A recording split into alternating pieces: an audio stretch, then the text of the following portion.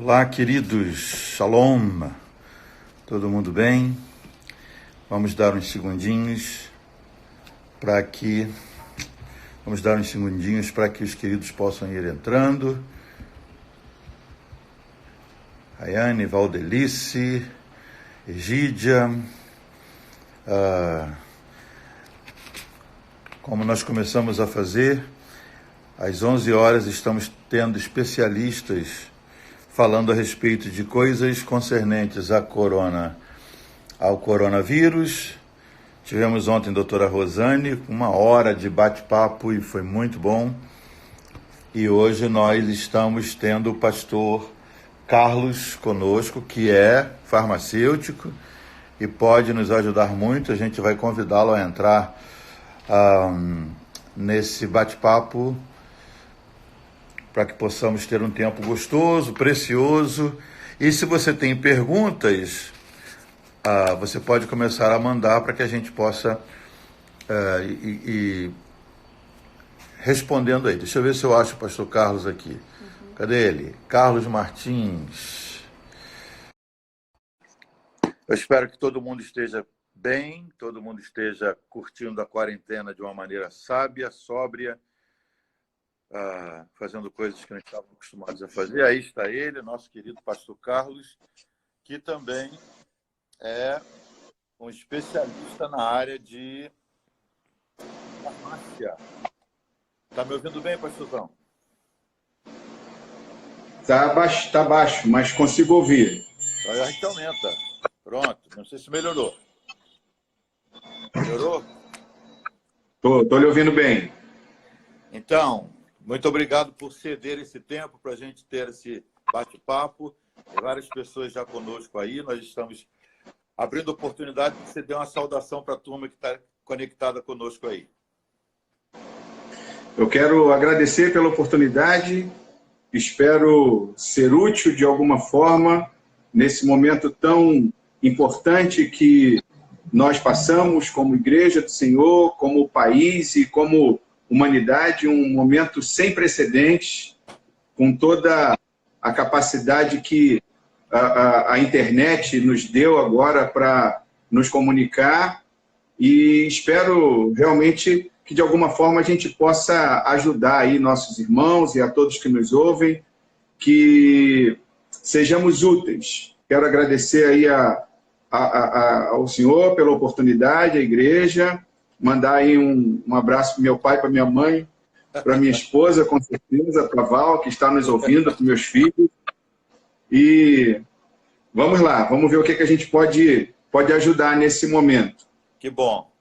Pastor, quem lhe conhece está acostumado a vê-lo no púlpito, nos corredores da igreja, e sempre tem ideia de que suas atividades estão resumidas seu conhecimento está resumido ao púlpito, ao ministério pastoral, à igreja, mas já de muito tempo você tem uma experiência grande na área da farmácia, né, formado em farmácia e trabalhou, inclusive, como responsável por um laboratório, por uma indústria farmacêutica, e a gente queria aproveitar um pouquinho dessa sua experiência, desse envolvimento com medicamentos, com fórmulas químicas, para que a gente pudesse elucidar algumas dúvidas, a começar da primeira pergunta, a mais óbvia: o que é o Covid-19, de acordo com o farmacêutico? Então, só para ajudar um pouquinho, para fortalecer de alguma forma aquilo que que vai ser dito aqui, nós não pretendemos esgotar o assunto.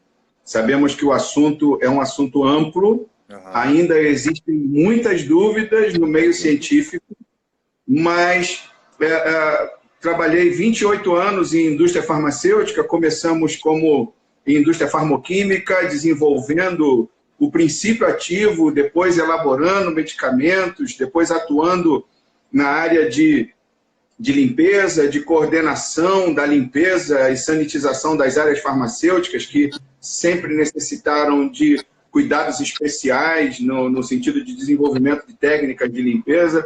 E eu penso que tudo isso acaba somando a esse momento e certamente vai nos ajudar. Para responder aí a sua primeira pergunta, o Covid-19 é um vírus. Os vírus, eles não são tecnicamente considerados seres vivos, porque lhes falta algumas características para essa consideração. Uma delas falta organelas, falta ribossomos, eles não produzem enzimas, então são, em teoria, seres inertes ou não considerados seres vivos. Eles são tratados como parasitas, pois eles necessitam de uma célula, necessitam de um organismo vivo para que eles se multipliquem. No caso do Covid, ele é um vírus de uma família grande que causa problemas no sistema respiratório. Todo vírus ele tem uma atração por determinados tecidos. No caso do Covid, esses vírus dessa família já se manifestaram em outras épocas, mais recentemente em 2002, na SARS, depois em 2012. Então, eles vêm com essa capacidade de mudar. Os vírus, eles carregam em si uma capacidade de mudança, por isso se torna tão difícil estabelecer vacinas, por conta dessa capacidade de mudança, de mutagênese que os vírus absorvem, os vírus carregam em si. Esse vírus, como já disse, ele tem a capacidade de ser atraído pelos tecidos respiratórios, pela mucosa nasal, e a partir do momento que ele se instala no organismo, ele engana, falando de uma maneira bastante simples, ele engana essas células, onde ele consegue, então, penetrar nessas células, tornando essas células agora seu ambiente, e aí eles, a partir do momento que eles se apossam dessa célula, aquelas partes que eu disse que os vírus não têm em si, eles assumem o controle da célula, onde então eles podem gerar sua multiplicação, e isso se dá de maneira muito rápida, em milhões e milhões, até que a célula exploda, e é literalmente assim, a célula morre explodindo, e então a contaminação vai disseminar por toda a corrente sanguínea e todo o organismo de uma maneira geral. Muito bom saber isso, pastor. Vírus é diferente de bactéria, né? É uma confusão que nós, incultos, nós que não conhecemos a área como é o seu caso, a gente fala, não, a bactéria, um vírus, é diferente completamente, né? Estão perguntando aqui também. Sim, os vírus, a bactéria é considerada um ser vivo. Ela tem todas as características e ela consegue se multiplicar sozinha. Por isso, é mais fácil encontrar medicamentos, como a gente conhece os antibióticos, que vão atuar diretamente no mecanismo de multiplicação ou qualquer outro mecanismo da bactéria, evitando, então, a proliferação de determinadas doenças. No caso do vírus, isso não acontece, já que ele é um parasita e a partir do momento que ele entra numa célula, ele vai gerar uma resposta que tem o seu padrão, mas varia de organismo para organismo. Muito bom. Pastor, uma pergunta que tem sido feita aos médicos, aos especialistas, e agora falando com o farmacêutico, os sintomas, pelo menos os sintomas descobertos até agora, eles são muito camuflados, eles se confundem muito com outras enfermidades, né? Quais são, o que a ciência tem descoberto até esse momento? A gente sabe que todos os dias coisas novas vão aparecendo, mas o que a ciência tem descoberto até o momento de certo, de seguro sobre os sintomas do coronavírus? Quais os sintomas reais? Em primeiro lugar, eu acho que vale a pena a gente falar um pouquinho como é que se dá a contaminação. Sim. Como qualquer doença respiratória, a tosse e o espirro são defesas naturais do organismo. A partir do momento que nós temos uma doença respiratória, temos um aumento da secreção na área respiratória, e com a tosse e o espirro, a gente tende a colocar para fora o material, que é um material contaminado. Uhum. A partir desse momento, nós podemos, então, espirrando ou tossindo, contaminar superfícies ou pessoas. Por isso, a importância de mantermos uma distância entre as pessoas. Esse vírus, ele não tem uma capacidade de contaminar o ar. O ambiente em si não fica contaminado. Uhum. Mas, a partir do momento que uma gotícula com uma carga viral toca em alguém, e essa pessoa, então, leva a sua mão à boca, ou ao nariz, ou aos olhos, essa carga viral vai, então, entrar nesse novo organismo, gerando todo o processo infeccioso novamente num novo hospedeiro. O Covid, ele tem uma característica que é a resistência quando depositada em superfícies. Uhum. Normalmente, micro-organismos desse tipo, preciso às vezes ter cuidado em falar, já que eles não são considerados seres vivos, mas só para que a gente entenda, são microscópicos, a gente não consegue enxergar aos olhos naturalmente. Eles, uma vez depositados em superfícies, há evidências de que eles conseguem permanecer vivos em até 9 horas. Então, 9 horas depois de uma superfície contaminada, é possível que uma outra pessoa, ao tocar essa superfície, ela possa também se contaminar. É preciso deixar claro que o micro-organismo ele não tem a capacidade de atravessar a barreira da membrana epitelial, ele não passa pela pele. É necessário que alguém em contato com esse vírus, e aí por que a gente fala tanto da higiene das mãos? Porque uma vez em contato com as mãos, nós temos o hábito de tocar na face, e aí aproximar-se do nariz, da boca, dos olhos, e é então, nesse momento, que acontece o mecanismo de contaminação e toda a infecção. Pastor, como qualquer... Só um detalhe. Sim. Quando começou a campanha contra o coronavírus, só se falava em boca e nariz. Mais em boca, depois nariz. Agora a gente viu um novo componente nessa equação, que são os olhos. Não se falava antes dos olhos.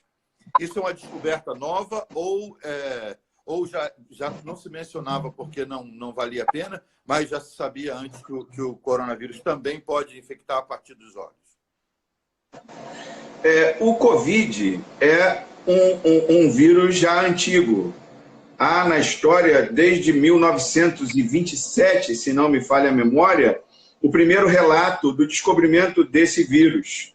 E em 1965, ele foi nomeado, ele recebeu esse nome, porque quando visto em um microscópio eletrônico, ele tem a aparência de uma coroa. Por isso, ele recebeu esse nome. As informações que nós temos, em parte dela, principalmente quando a gente fala de uma infecção respiratória, é natural associar isso a nariz e a boca, que são os principais canais. Mas os olhos também estão ligados ao nosso nariz e à boca por um canal. E aí, por isso, se dá essa outra via de contaminação. Ok. Faltou a gente falar sobre os sintomas, né? Isso, os sintomas da Covid são sintomas como qualquer outra infecção respiratória. Febre, coriza, o cansaço físico, porque através de uma infecção, uma inflamação, gera uma resposta do organismo, e isso pode ir aumentando até se tornar uma pneumonia. Nós temos aí os grupos que são mais sensíveis, principalmente os mais idosos, porque já não tem a sua capacidade... Isso, já não tem a sua capacidade respiratória no seu todo, a sua capacidade de regeneração. À medida que nós envelhecemos, nós vamos perdendo a capacidade de regeneração dos órgãos, dos tecidos. Então, tudo isso vai complicando. Há também outras características que aumentam essa probabilidade, que colocam algumas pessoas no grupo de risco. Uma delas é a diabetes, que acaba por ser uma doença autoimune, e uma outra delas são cardiopatias. Então, você imagina alguém com idade avançada, diabético e com cardiopatia, isso só tende a acrescentar. Então, aumenta, o cuidado deve ser aumentado. Ok. Muito bom. Vamos lá para as próximas perguntas. Qual a importância da higiene? É uma pergunta óbvia, mas sempre vale lembrar, né? A importância da higiene para evitar a contaminação e que cuidados tomar? Então, como disse desde o começo, a forma como se dá essa contaminação, ela fala basicamente de higiene. Como nós usamos as mãos para praticamente tudo, desde gesticular e fazer todas as outras coisas, a limpeza das mãos é de fundamental importância, porque as mãos são o meio mais carreador e mais contaminado que a gente pode imaginar. A gente toca nas superfícies, toca nas pessoas, e aí vale lembrar por que a gente está deixando de abraçar, deixando de apertar a mão, deixando de beijar, justamente pela resistência que esse vírus tem nas superfícies. Então, é fundamental um excelente cuidado na higiene. Coisa que é... Nunca é demais lavar as mãos, né? Nunca é demais lavar as mãos. A gente precisa ter alguns outros cuidados. Na indústria farmacêutica, a gente sempre teve esse cuidado com higiene. Lavar as mãos sempre foi um hábito fundamental em qualquer processo para evitar que a gente contaminasse os medicamentos que estavam sendo produzidos. Lá, no caso da indústria, você usa luvas com muita regularidade. A gente não tem como ficar usando luvas o tempo inteiro. Então, a gente precisa lavar as mãos, utilizar o álcool gel. E tem gente que às vezes pergunta por que eu não posso usar o álcool puro. Deixa eu explicar uma coisa que é de muita importância nesse sentido. Todo micro-organismo, isso vale para bactérias, vale para vírus, e também vale para o nosso caso. Alguns de nós têm uma camada lipídica, ou seja, uma camada de gordura um pouquinho mais... Eu imagino. Pois tem uma camadinha de gordura maior. Todos esses micro-organismos possuem uma camada de gordura. Essa camada de gordura impermeabiliza os micro-organismos. Impede que a água entre. Quando nós utilizamos o álcool puro, o que acontece? Esses micro-organismos, eles perdem a camada de gordura, mas eles não morrem. É como se a gente fizesse uma lipoaspiração nos micro-organismos. A gente tira a gordura deles, eles ficam magrinhos, ficam no nível que muita gente gostaria de ter. Mas eles não morrem. Vou começar a tomar banho de álcool. Vou começar a tomar banho de álcool hoje.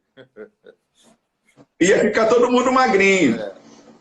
Quando a gente coloca esse percentual que gira em torno de 30% de água, a partir do momento que o micro-organismo perde a sua camada lipídica, ou seja, ele perde a sua gordura, a água entra e explode esse micro-organismo. Por isso que é interessante o uso do álcool com a água, nessa proporção de 70 partes de álcool e 30 partes de água.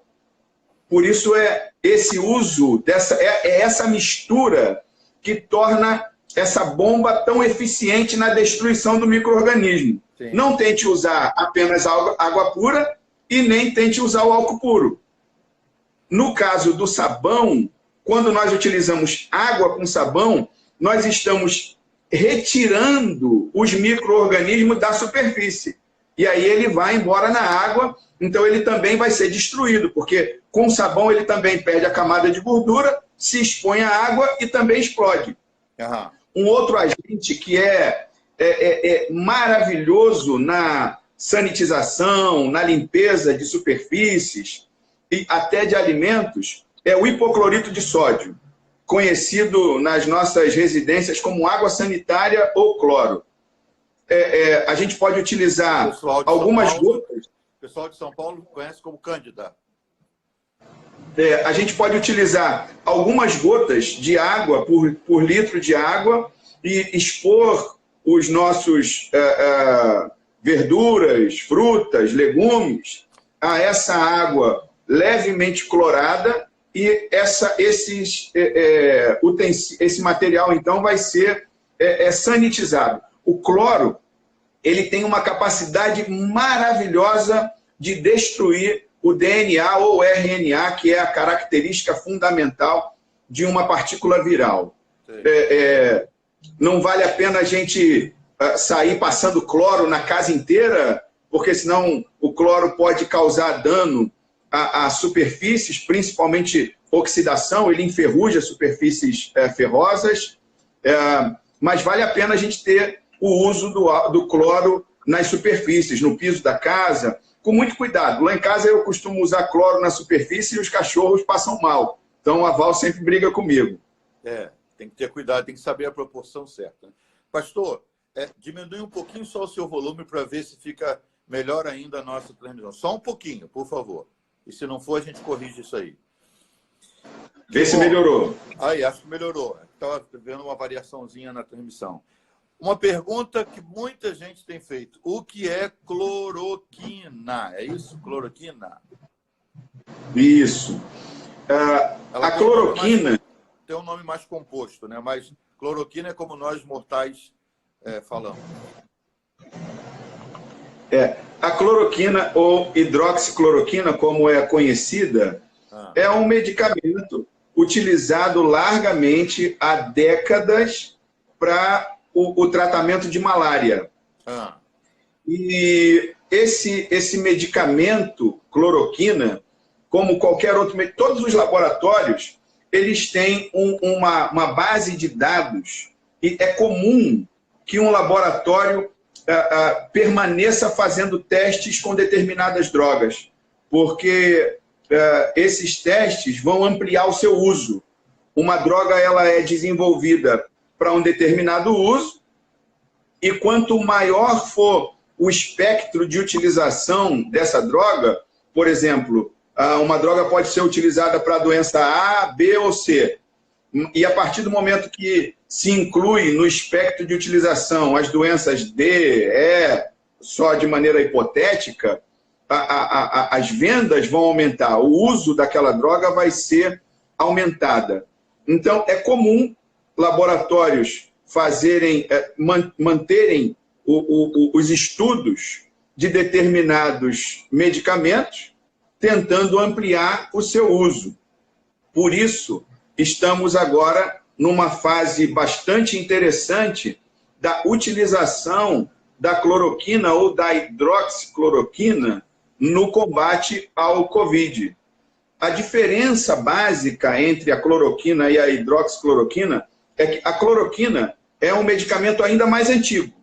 E ele tem, se por um lado existem profissionais que preferem usar drogas novas, existe um grupo que prefere usar drogas antigas, porque as drogas antigas já são mais conhecidas, já têm os seus efeitos colaterais, a sua capacidade mais amplamente divulgada, e então isso faz com que o tratamento seja mais seguro a partir do momento que a gente conhece suas características e a sua forma de atuação.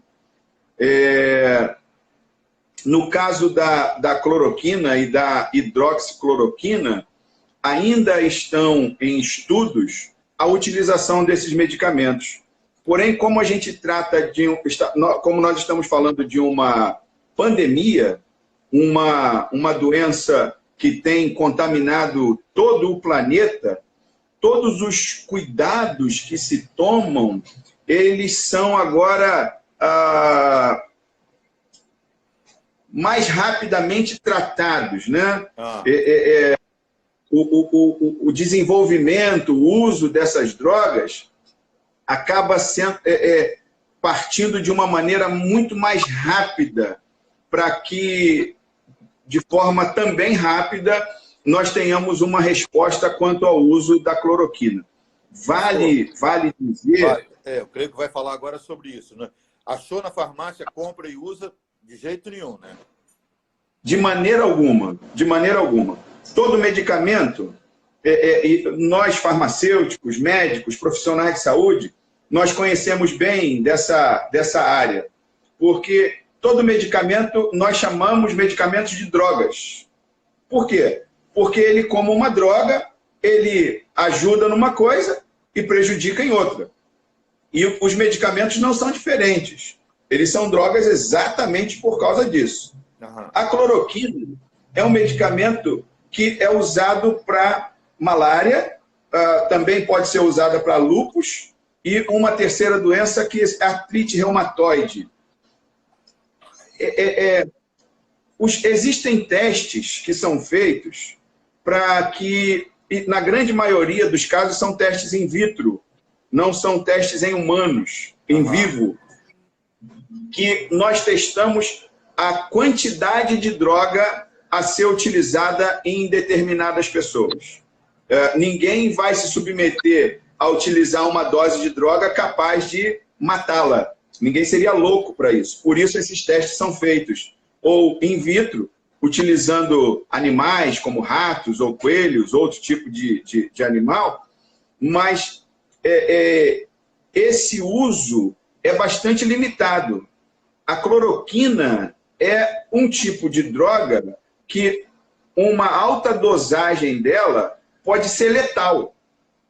Alguns dos efeitos colaterais do uso dessa droga, se uma pessoa simplesmente compra na farmácia e toma na sua casa, ela pode ter efeitos colaterais cardíacos, entre outros, que pode ter desmaio, náuseas, vômitos, entre tantos outros efeitos colaterais, que em um ambiente hospitalar existem outros medicamentos e existe tratamento, equipamentos que podem diminuir esses efeitos exacerbados. Uhum. Porém, em um ambiente doméstico, à medida que a pessoa faz uso de uma droga como essa, a pessoa pode não ter tempo sequer de chegar a um hospital. E aí pode morrer por infarto ou qualquer outro efeito colateral danoso que esse medicamento possa produzir. Então, pode causar surdez, é verdade? Isso. Pode causar surdez, pode causar problemas neurológicos, pode causar infarto, uma série de efeitos colaterais que, como eu disse, em um ambiente hospitalar, podem ser rapidamente tratados. Mas no ambiente doméstico, a chance de que uma pessoa faleça em decorrência dos efeitos colaterais é bastante grande. Recentemente, nós tivemos o caso de um casal nos Estados Unidos que usou uma cloroquina que é utilizada para limpeza de aquários. Esse casal ingeriu esse produto, os efeitos danosos foram tão fortes que a senhora ficou internada, ainda, ao que parece, ficou internada por alguns dias, não sei se já saiu do hospital, e o seu marido veio a óbito, faleceu por conta do uso dessa cloroquina, que é utilizada para limpeza de micro-organismos em aquário. Então, tome cuidado, muito cuidado no uso desse medicamento. Isso é muito importante, vale a pena ressaltar. Ainda que você tenha em casa ou que passe numa farmácia, tenha um amigo na farmácia que consiga, não faça uso desse medicamento, dessa substância, porque é muito arriscado, conforme estamos aprendendo agora, não é? E, pastor Jason, ainda existe um agravante para essa situação. As pessoas que são portadores de lúpus ou de artrite reumatoide, à medida que vão às farmácias buscar esses medicamentos, não estão encontrando. E aí, essas pessoas tendem a sofrer com todos os sintomas das doenças que lhes são peculiares e não terão a redução desses efeitos por conta da ausência desse medicamento na farmácia. Então, se você que nos ouve comprou em demasia desse medicamento, você pode fazer um favor social, que é devolver alguma coisa na farmácia para que, à medida que alguém precisar, possa encontrar lá, tá bom? Não, a gente viu isso na televisão, um especialista, um médico, dizendo: se você tem em casa, eu estou precisando, que eu estou com uma paciente com lúpus e que está precisando e eu não tenho no hospital. Então, realmente isso é pura verdade. A gente precisa fazer isso. Pastor, enquanto a gente está esclarecendo esses pontos, uma pergunta que chegou aqui. Água oxigenada de 10, aquela peróxido de hidrogênio, é isso? Ela serve para higienizar? Água oxigenada, ela é um excelente higienizante.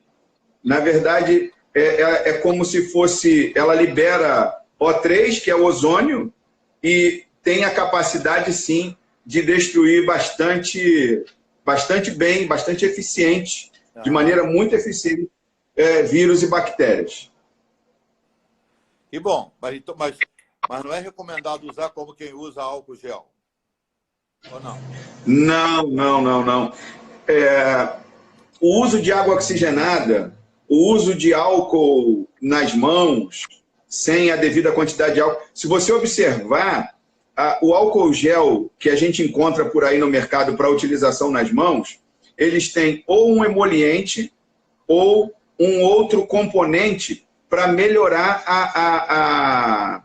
para umedecer as mãos. Por quê? Quando a gente usa substâncias como água oxigenada para lavar as mãos, quando a gente lava a mão com muita intensidade, mesmo com sabão, quando a gente usa álcool para asepsia das mãos, junto com a sujeira, esses componentes levam também a gordura, que é natural da nossa mão, que é natural do nosso corpo. Uhum. E aí ocorre um efeito colateral dessa higiene demasiada, que é o ressecamento da pele. A partir do ressecamento da pele, as bactérias parasitas e também vírus podem utilizar-se, então, desse tecido morto nas nossas mãos ou no corpo para se multiplicarem, e elas vão utilizar a nossa pele, o tecido morto, como alimento. Então, você observe como é importante o equilíbrio. Não adianta a gente ficar debaixo do chuveiro, tomando banho 24 horas e numa loucura, como se isso fosse resolver todos os problemas.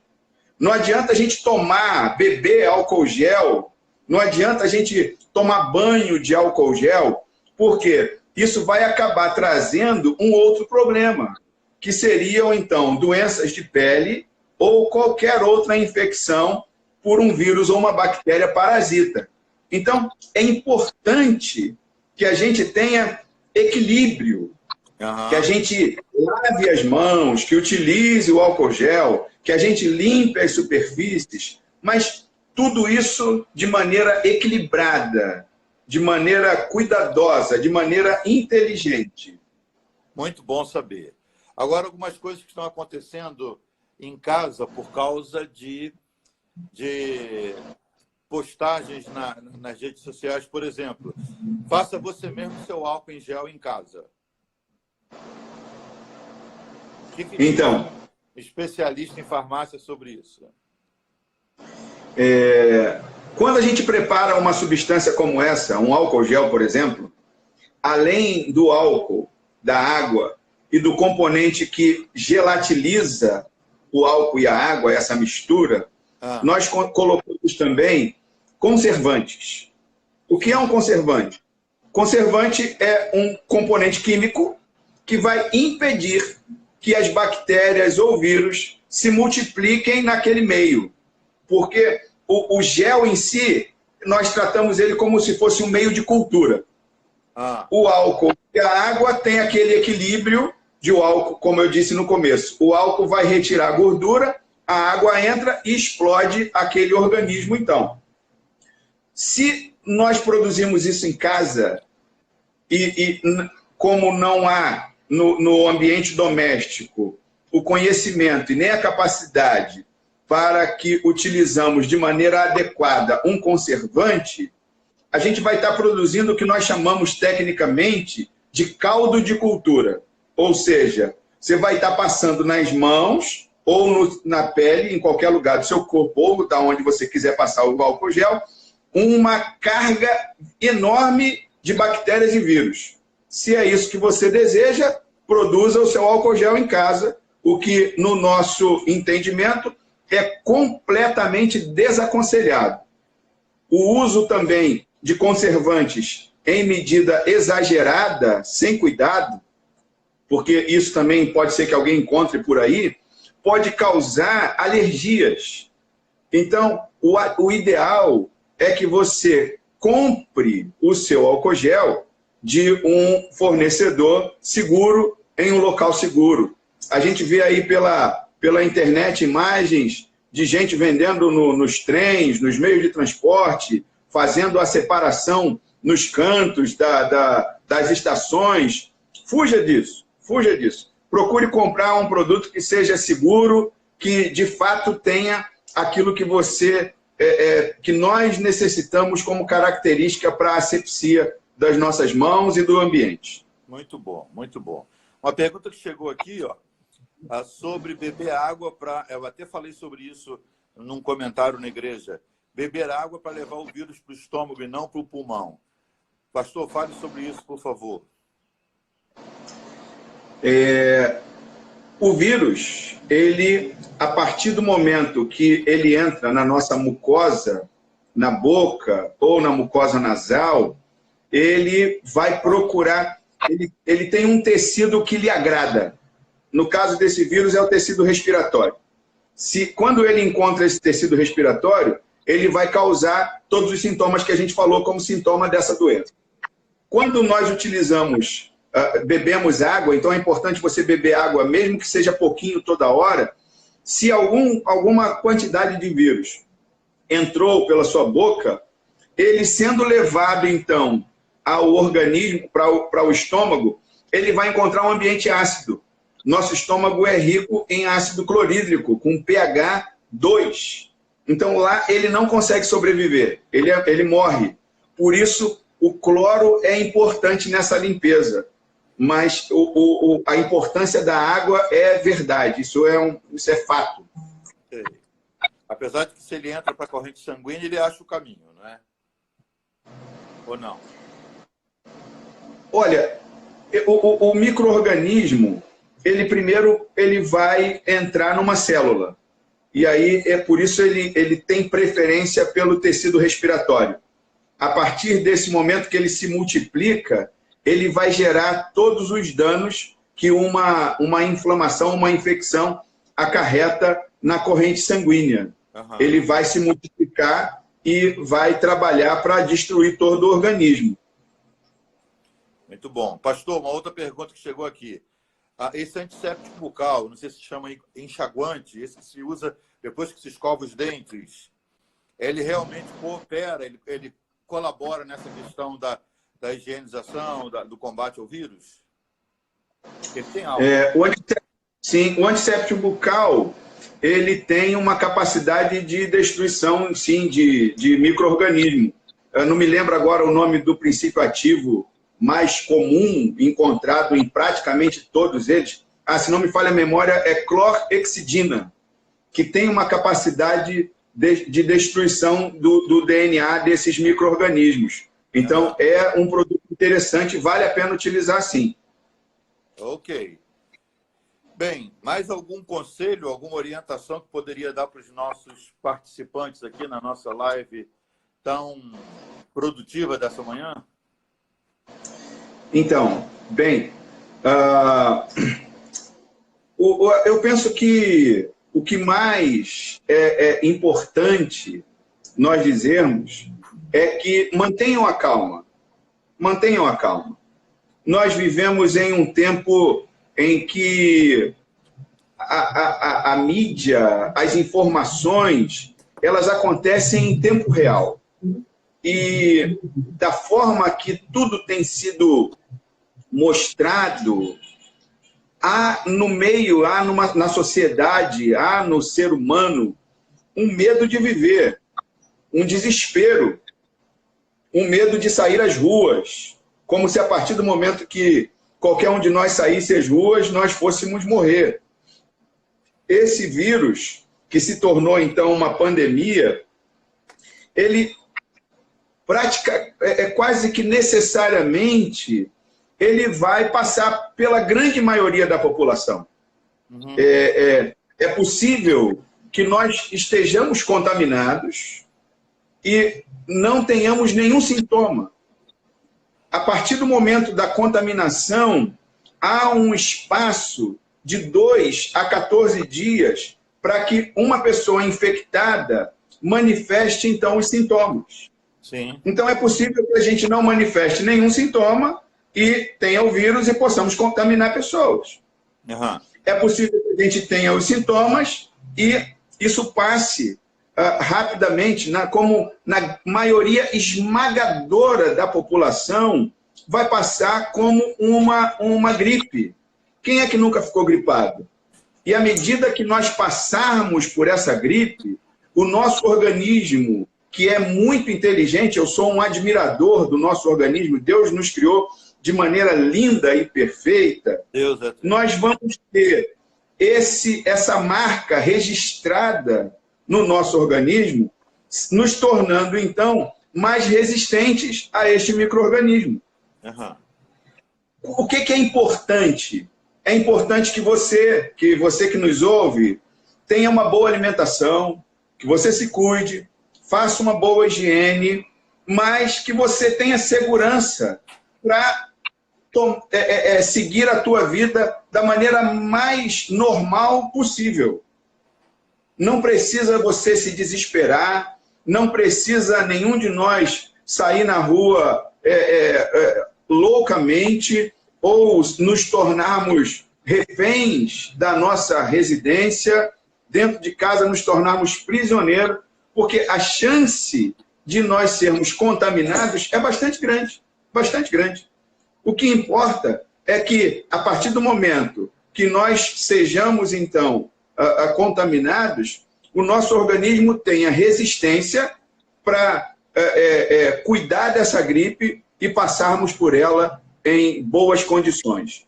Por isso, meu aviso para você, meu conselho, é que você tenha uma boa alimentação, faça uma boa higiene, uma boa asepsia dos locais, das mãos, mas que você, à medida do possível, tome cuidado com a sua vida. Óbvio que existe o grupo de risco. E quanto ao grupo de risco, o nosso cuidado deve ser dobrado. Eu ainda tenho pais vivos e tenho tido todo o cuidado em me afastar deles, o que para mim é bastante doloroso, mas é para o bem deles, é para o bem dos nossos idosos que nós mantemos esse cuidado, para que a gente possa, a partir do momento que essa pandemia passar, a gente tenha então os nossos idosos para voltarmos então a abraçá-los, a beijá-los e a viver a nossa vida aí então de maneira completamente normal, porque assim como em 2002 tivemos uma grande infecção global, em 2012, essa agora de 2020 vai passar, fique tranquilo. E quando passar, a vida volta totalmente ao normal. Que bom, bom saber disso. Falando de voltar ao normal, ontem eu vi num canal americano que uma organização nos Estados Unidos já há muito tempo se dedica a descobrir uma vacina que possa imunizar o povo contra qualquer variação desses vírus que aparecem de tempos em tempos. Então, eles estavam explicando que conseguiram uma vacina lá pelos anos 20, 30, e aí depois o vírus se modificou, e aí essa vacina já não servia. Então, o Bill Gates foi uma das pessoas que está patrocinando, ele doou $1 milhão ou $2 milhões para esses estudos. Então, ainda que não descobramos, mas há a possibilidade de que se descubra uma vacina. Eles estão pesquisando todos esses vírus que a humanidade já enfrentou, principalmente no século passado, até agora. Então, há essa possibilidade, estudos estão sendo feitos quanto a isso. O que você diz sobre isso? Hoje saiu uma matéria de uma emissora que fala sobre a descoberta de cientistas brasileiros. Eles fizeram uma comparação com o vírus que está no Brasil e perceberam que o nosso vírus ele já tem uma diferença do vírus asiático. Ele tem uma característica europeia. Uhum. Eu não sei exatamente qual é, o que distingue um do outro, não vi toda a matéria, e a matéria não é uma matéria técnica, mas dos casos estudados no Brasil até agora, apenas duas pessoas tinham o vírus com as características do vírus asiático. E a maioria esmagadora dos contaminados aqui, detectados aqui no Brasil, o vírus tinha características do vírus europeu, que é diferente do asiático. Você observa, todos os anos, as pessoas são orientadas a tomar a vacina da gripe, que é a vacina do influenza. É um outro tipo de vírus. Inclusive está sendo oferecida pelo governo agora, né? Isso. Esse vírus, ele, como eu disse, o vírus ele tem uma capacidade de mudar. Todos os anos, a OMS, ela colhe o que nós chamamos de cepas virais em determinados locais e apresentam, então, esse conteúdo para que as vacinas sejam, então, produzidas de acordo com o local. Uhum. Cada local vai ter o seu vírus com as suas características regionais. Por isso, a importância de que seja desenvolvida uma vacina contra o Covid e que a gente possa ser vacinado, gerando, então, no nosso organismo, anticorpos que vão combater qualquer nova infecção. Uma coisa que vale a pena dizer é que todos aqueles que podem ou estão no grupo de risco precisam e devem tomar a vacina contra a influenza. Por quê? Se uma pessoa toma a vacina contra a influenza, que também é uma gripe, na hora da detecção ou da avaliação de um quadro gripal, o especialista, o médico, ele vai poder, então, eliminar algumas possibilidades. Eliminou-se, por exemplo, a possibilidade de uma gripe por influenza. Então, já fica mais fácil e mais rápido o diagnóstico, então, contra o Covid ou qualquer outra enfermidade respiratória. Tá bom, pastor. Enquanto você falava, 2 comentários aqui que eu gostaria de saber a sua opinião. Mesmo que se desenvolva o anticorpos, o jovem contaminado é transmissor? É isso? Desculpe, não entendi. Mesmo que se desenvolva anticorpos, o jovem contaminado é um transmissor? Um jovem contaminado, ele é um transmissor em potencial. Ainda que ele tenha um organismo resistente aos sintomas, ele não seja sintomático, ou seja, ele não apresente os sintomas, ele pode ser um transmissor, sem dúvida nenhuma. A gente tem visto aí, pelas ruas, boa parte do grupo mais jovem lidando com isso, dizendo como não está sentindo, não tem nenhum sintoma, acha que não tem a doença. Sim. E isso pode se tornar um grande problema, porque a pessoa que não manifesta os sintomas pode ser um transmissor em potencial. E aí sim, contaminar aqueles do grupo de risco que são menos resistentes a uma infecção desse tipo. É por isso que esses 14 dias em casa são cruciais, né? São muito importantes, porque é o período em que dá para se desenvolver, ou dá para se detectar se a pessoa está contaminada ou não. É nisso que baseiam esses 14 dias, basicamente. Esse período, ele busca reduzir a contaminação, porque nenhum sistema de saúde do mundo tem capacidade para receber tanta gente ao mesmo tempo. Uhum. Tanta gente ao mesmo tempo.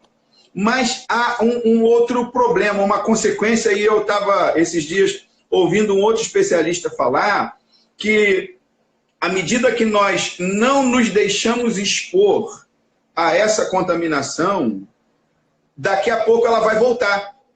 E nós não teremos, então, os anticorpos que vão nos tornar resistentes a essa contaminação. Uhum. Então, se por um lado, esses 14 dias, eles têm a sua importância, eles têm uma consequência. E eu não quero entrar no lado financeiro da coisa, porque a gente tem uma consequência financeira para cuidar disso daqui a pouco. Esses 14 dias, eles não podem aumentar muito. Porque as consequências de tudo isso, além do problema financeiro que isso vai causar para a sociedade como um todo amanhã, ainda vai nos deixar sensíveis a uma nova infecção que futuramente poderá ocorrer. E essa onda da Holanda, a Holanda, eu creio que é o país que decidiu expor todo mundo ao vírus, para todo mundo contrair anticorpos, e aí ainda não se sabe os resultados, se vão ser bons ou ruins, né? Mas está sendo comentado a posição da Holanda. O que um especialista na sua área diria, se é que pode dizer algo sobre isso? A posição da Holanda está bastante alinhada ao que eu acabei de dizer.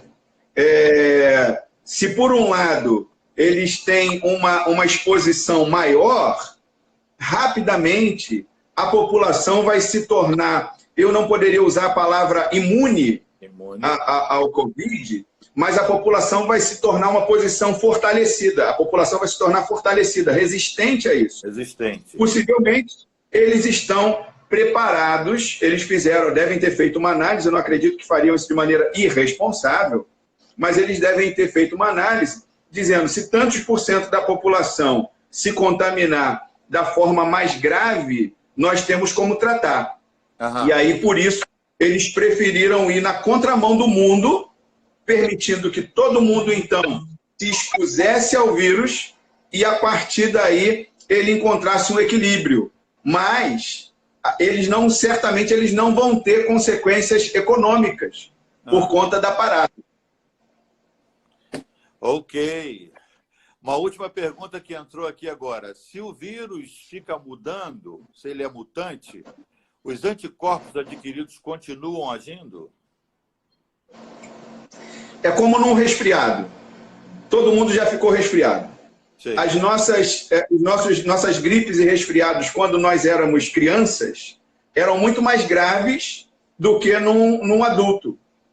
Por quê? Uma criança que ficou resfriada, ela ainda não tinha os anticorpos. Ela vai adquirindo, o seu sistema imunológico, ele vai sendo desenvolvido ao longo da vida, até que chega num equilíbrio e depois começa a ter um decréscimo por conta da idade.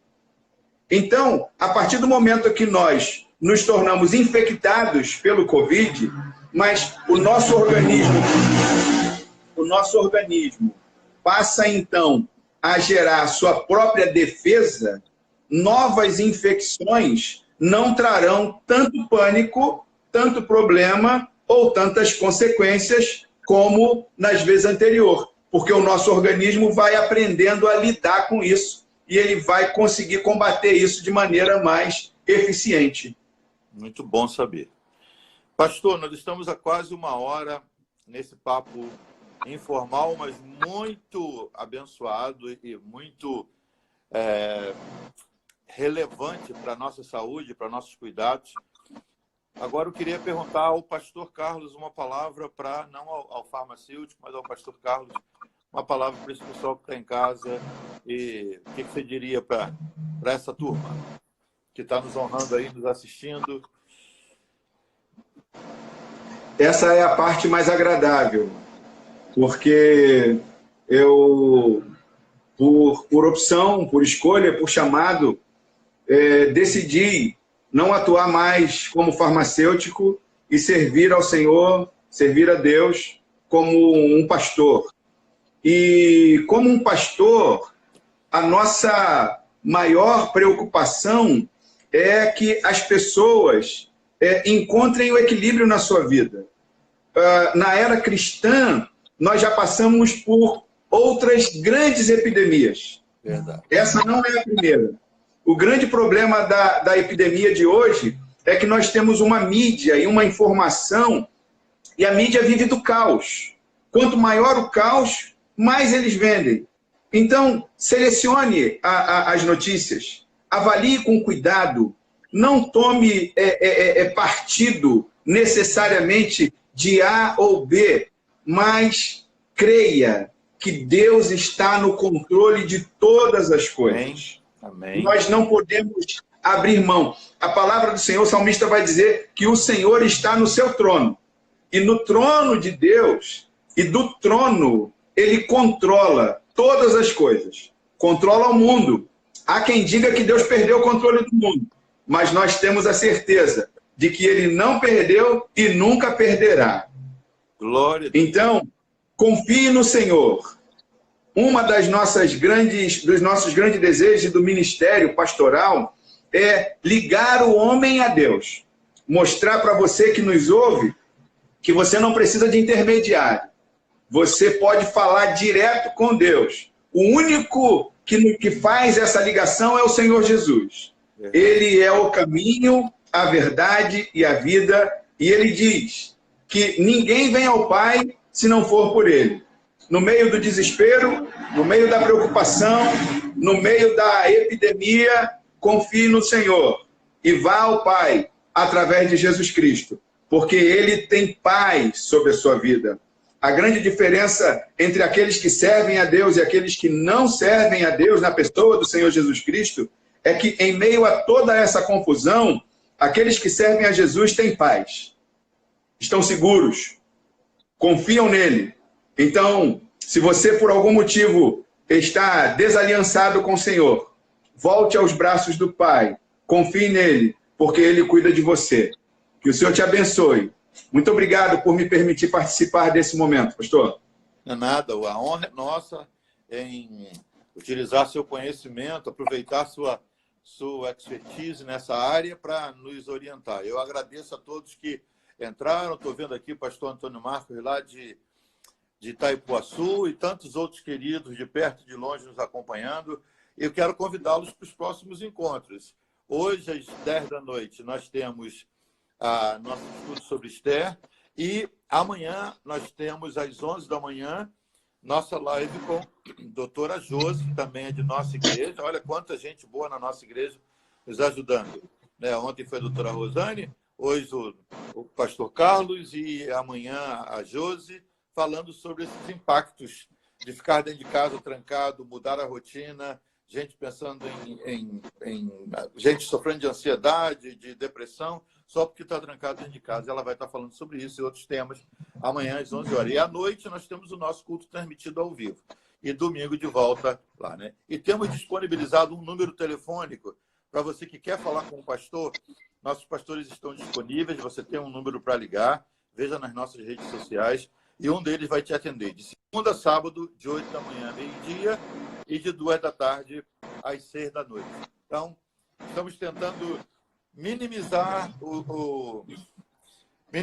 a preocupação e aproximar, né, a igreja dos seus líderes através das redes sociais. E esse foi um dos canais que nós utilizamos, um belo instrumento, que foi essa live com o pastor Carlos, farmacêutico, que nos orientou de maneira tão bonita e tão relevante. Obrigadão, pastor. Deus lhe abençoe e a todos que participaram. Um abraço para vocês. Deus abençoe a todos. Eu também quero agradecer a todos que nos acompanharam, agradecer pela iniciativa e deixar aí um grande abraço para os nossos familiares, os amigos e aos nossos irmãos que nos ouvem. que seja de grande valia esse momento. Que o Senhor abençoe a todos, rica e abundantemente. Amém. Veio outros pastores entrando aqui, o pessoal de Maricá também. Sem autorização dele, eu vou